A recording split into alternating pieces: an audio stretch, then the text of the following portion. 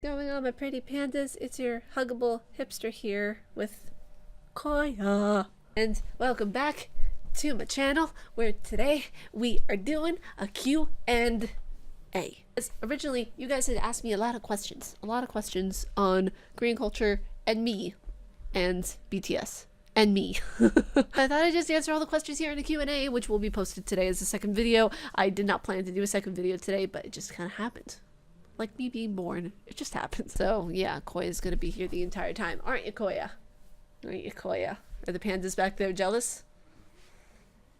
They're asleep. We got a bunch of questions. The first one being from Peter Tenner, and he asks, you mentioned that Korean aging system is different. Can you explain, please? Yes, I can explain. Okay, so you know how in the States and for the majority of the world, you are you're one by your first birthday. Like, I was born October 17th 1992, so by the time like October came around again, I was 1 year old. But in the Korean aging system, you are 1 year old by the time you shoot out of the womb.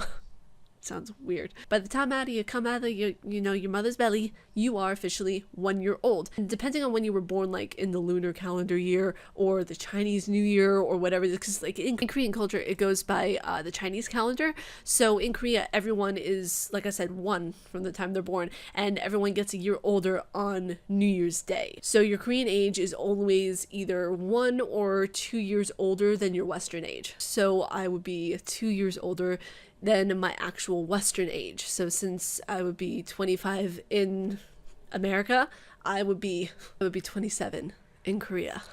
So yeah, very close to 30 in Korean age. So yeah, very close to 30. It's unimaginable for me right now. So yeah, I hope that answered your question. It gets kind of confusing, especially like, since in South Korea they go by the Chinese calendar instead of just the regular lunar calendar.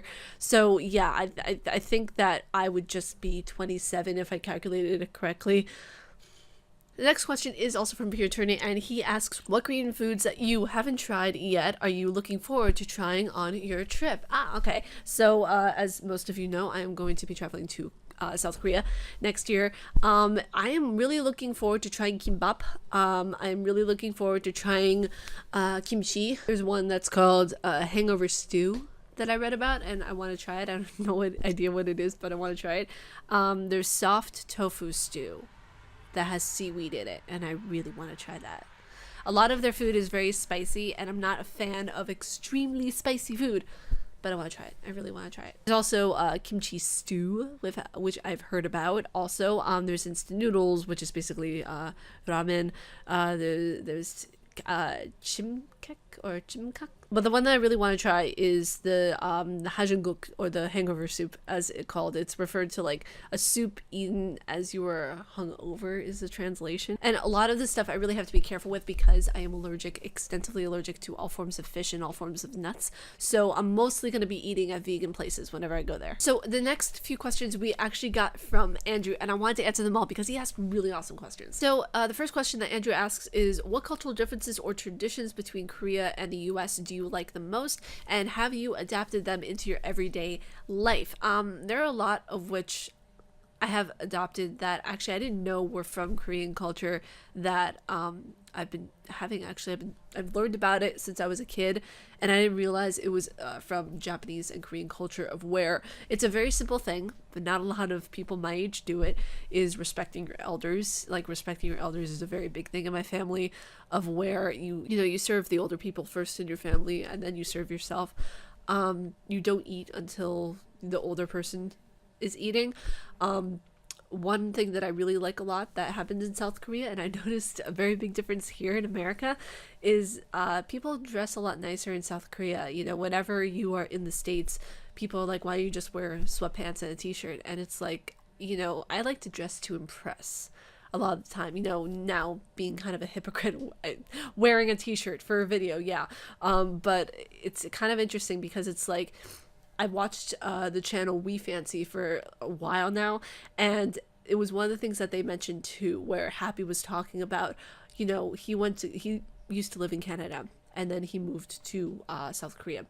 And there's this thing about where, you know, people dress nicer there, you know, like if people are very aesthetically pleasing to look at in Korea, and it's because they put a lot of effort into who they are and their presentation and how they go about their everyday life, that wearing sweatpants or just wearing like a non-stylish t-shirt outside the house is like anathema. For me, I'm the same way. Like, I don't care how hot it is, I'm gonna wear like a jean jacket, some really cool heels, and skinny jeans with the top. Like, I want to dress to impress. Like, I really love dressing nicely. Like, I absolutely love it. And that's one thing that I can associate with in South Korea is dressing to impress. So the next question from Andrew is, I know we all have things we don't like about ourselves, but tell us something that you do like about yourself.